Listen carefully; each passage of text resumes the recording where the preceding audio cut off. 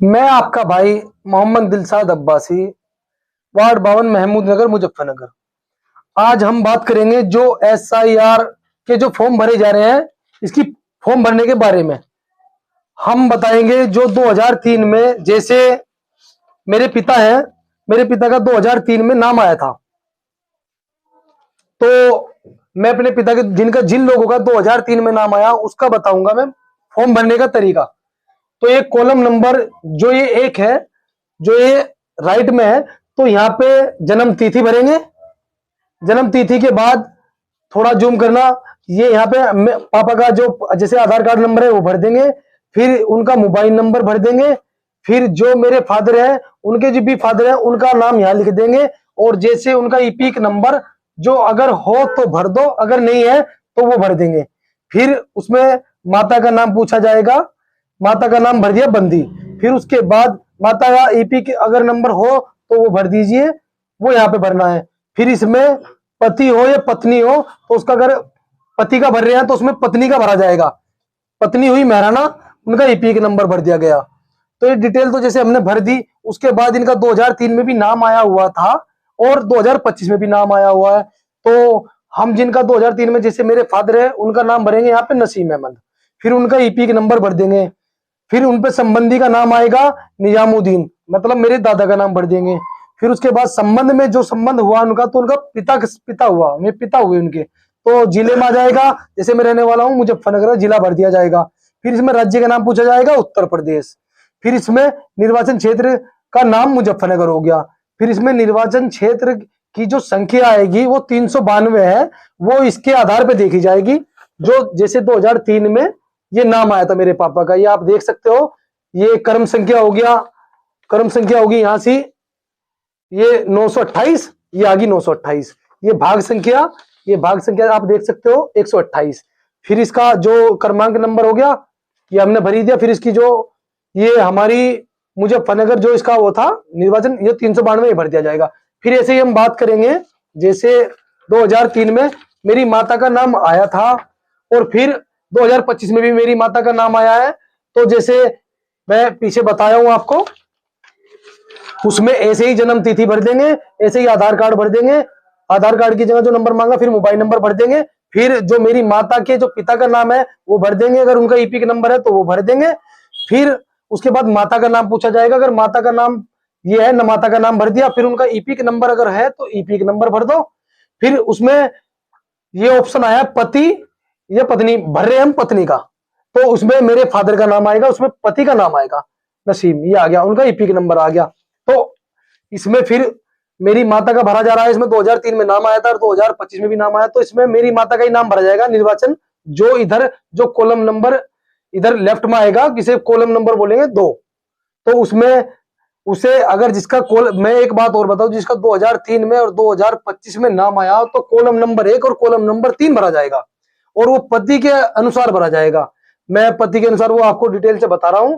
जैसे पति, इसका पत्नी का भर रहे हैं तो महराना हुआ, तो इनका ईपिक नंबर भर दिया जाएगा। फिर उसमें मेरे फादर का ये नाम लिखा जाएगा। फिर इसमें संबंध इनका पति से है। फिर उसके बाद इनका जिला मुजफ्फरनगर हुआ, उत्तर प्रदेश। और ऐसे ही जैसे मेरी माता का नाम यहाँ था, मैं आपको पीछे भी दिखाया, तो माता का नाम मेरा येहरा जो 2003 की लिस्ट में था, क्रमांक संख्या 929 ये मैं भर दी, और भाग संख्या 128, और ये निर्वाचन क्षेत्र की संख्या 392। अब बात कर लेते हैं, जैसे मेरे माता पिता का तो आया था 2003 में और 2025 में। 2003 में मेरा नाम नहीं आया था, उस फॉर्म के बारे में विस्तार से बताएंगे, उस फॉर्म के बारे में भरने के। 2003 में मेरा नाम नहीं आया था, मेरे माता पिता का नाम आ गया था, और 2025 में मेरा नाम आया है, तो उसे भी बताऊंगा मैं, ताकि लोग समझ सके वीडियो किस तरीके की है। फॉर्म जिनका 2003 में नाम नहीं आया, 2025 में नाम आ गया, वे किस तरीके से फॉर्म भरेंगे, तो वो बताऊंगा मैं। मेरी जन्म तिथि आ गई 16/2/90। इन्होंने पूछा आधार में भर दिया। फिर उन्होंने मोबाइल नंबर का करा, मोबाइल नंबर भर दिया। अभिभावक का नाम मतलब मेरे फादर का नाम मैं भर दिया, जो मेरे आधार के अकॉर्डिंग था। फिर उसके बाद यहाँ पे मेरे पिता का नाम पूछा गया, मैं पिता का भर दिया। फिर उसके बाद पिता का ईपिक नंबर मैं भर दिया। माता का नाम, ये भी माता का नाम भी आ गया, माता का मेरी ईपिक नंबर था तो ये भी भर दिया। तो मैं जिन लोगों की अगर मैरिज हुई भी है तो वो अपनी पत्नी का नाम यहाँ डालेंगे और ईपिक नंबर डालेंगे। ये जरूरी नहीं, अगर हो तो डाल दो, अगर शादी होगी तो डाल दो, और अगर शादी नहीं हुई तो ये ऑप्शन छोड़ सकते हैं। फिर मैं आपको रिपीट करूंगा, 2003 में मेरा नाम नहीं आया था तो उसमें मेरे फादर की डिटेल भरी जाएगी यहाँ पे। तो मेरे फादर का जो पहचान पत्र में था उसके अकॉर्डिंग भरेंगे जो 2003 में थी। मेरे फादर का नाम इसमें मेरे कागजों में तो नसीम अहमद आता है, तो उसमें जो 2003 में जो मेरे फादर का नाम आता है वो नसीम अहमद शॉर्ट में आता है, वो मैं भर देता हूँ। फिर ईपी का नंबर डाल देता हूँ, और फिर संबंध का नाम, मतलब मेरे पिता का नाम डाला जाएगा पहले, ईपी का नंबर मेरे पिता की, फिर संबंध में मेरे पिता के जो फादर थे उनका नाम था निजामुद्दीन, वो डाल दिया गया। फिर संबंध क्या हुआ, पिता का, पिता डाल दिया। फिर इसमें जिला मुजफ्फरनगर, उत्तर प्रदेश मुजफ्फरनगर। फिर ऐसे ही उसमें से जो मेरे पिता की डिटेल थी मैं आपको बताया हूं, इसमें से देख के जो मेरे पिता की डिटेल थी, मेरे पिता की डिटेल भरी जा रही है 392, ये निर्वाचन क्षेत्र की संख्या होगी, और फिर ये भाग संख्या 128 होगी, क्रम संख्या 928 होगी।